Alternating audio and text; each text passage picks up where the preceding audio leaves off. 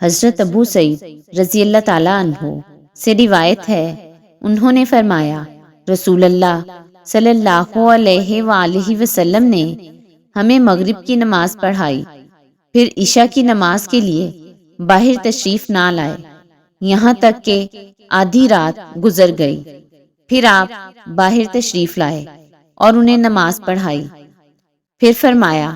لوگوں نے نماز پڑھ لی اور سو گئے، اور تم جب تک نماز کا انتظار کرتے رہے نماز ہی میں رہے۔ اگر کمزور اور بیمار افراد نہ ہوتے تو مجھے یہی پسند تھا کہ اس نماز کو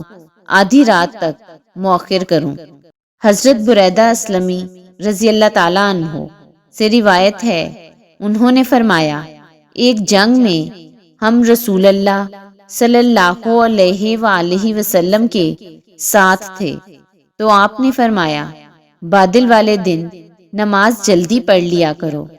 کیونکہ جس کی عصر کی نماز چھوٹ گئی اس کے عمل ضائع ہو گئے۔